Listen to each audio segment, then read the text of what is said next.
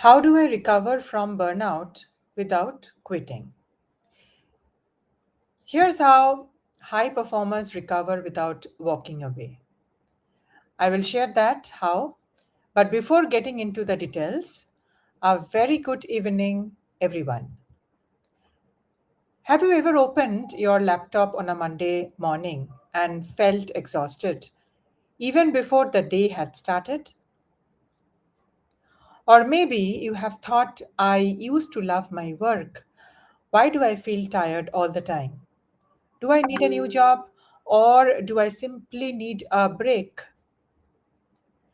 And here's the bigger question: what if quitting your job isn't the answer to burnout? What if the real issue is that you have been running on empty for so long that your mind and body are asking for a different kind of recovery? Because I see this happening everywhere. Capable professionals, hardworking professionals, dedicated leaders, quietly burning out while still delivering results. And many don't even realize they are burnt out until their motivation, health, relationships, and confidence start suffering. Today, let's talk honestly about how to recover from burnout without immediately moving away or walking away from your career. And before we begin, I want to share that today is day 60, episode 60 of our 365 live sessions journey on career growth strategies. Episode number 60. 60 days, 60 conversations, but one goal: helping professionals like you build careers that are successful, sustainable, and fulfilling. And today's topic is something many professionals need, but rarely talk about openly. So, first, let's understand something important. Burnout is not simply being tired. According to WHO, World Health Organization, burnout is a state of emotional exhaustion, mental distance or cynicism towards work, reduced professional effectiveness. Burnout is not a weakness. It is often a signal that your current way of working is no longer sustainable. And here comes fact number one: high performers are more prone to burnout. Surprising, isn't it? Because high performers tend to say yes too often, take responsibility for everything, carry emotional pressure, tie their self worth to productivity. Eventually, they stop recovering. And when recovery stops, burnout begins. Let me give you a couple of examples and strategies. Example number one: think about your mobile phone.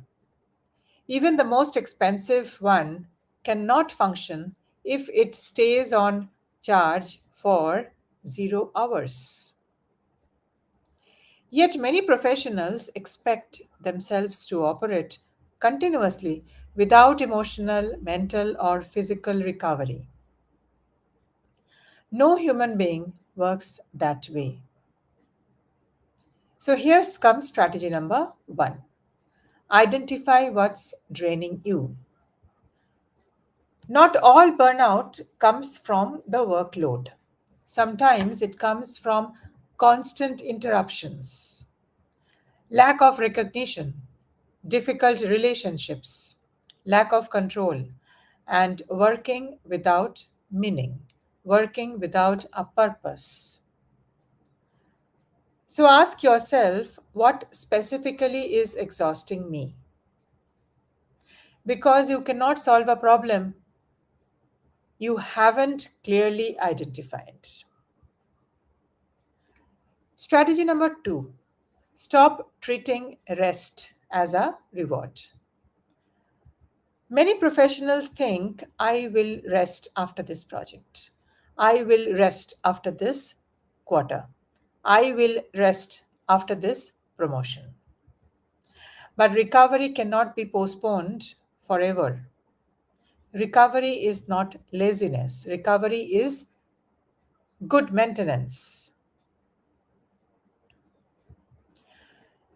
Elite athletes don't train harder every day, they recover strategically. Professionals should too. And here comes strategy number three: rebuild energy through boundaries. Set boundaries. Burnout often happens because boundaries disappear. Try asking, do I need to respond to every message immediately? Do I need to attend every meeting? Do I need to solve every problem myself? Sometimes the biggest productivity gain comes from protecting your energy. And here comes example number two.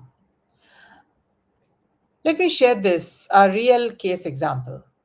I once worked with a senior leader who thought he was burned out because of heavy workload. After a couple of sessions and reflections, he realized his real problem was saying yes to everything.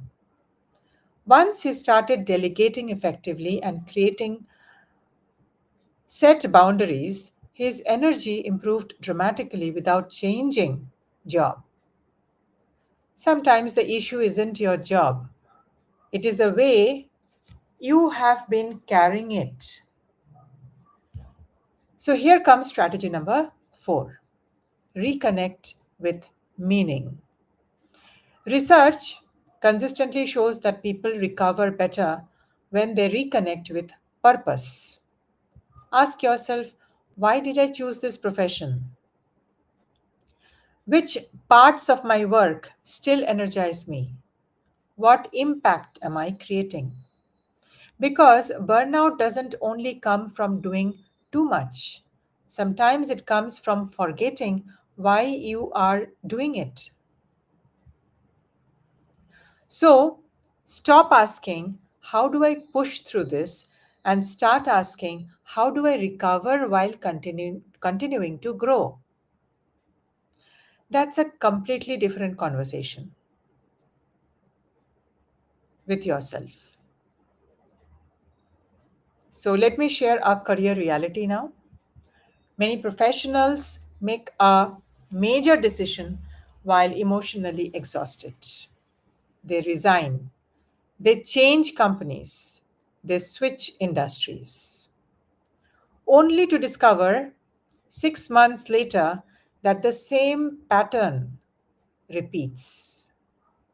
Because burnout often travels with us if we do not address its root causes.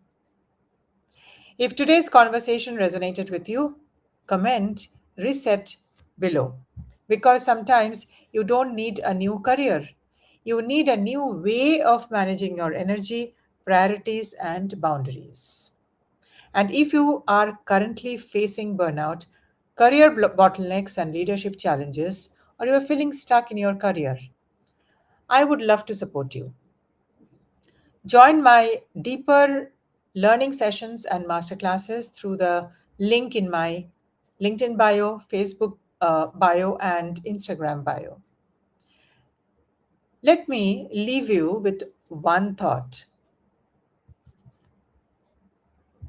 Your career is a marathon, it's not a sprint.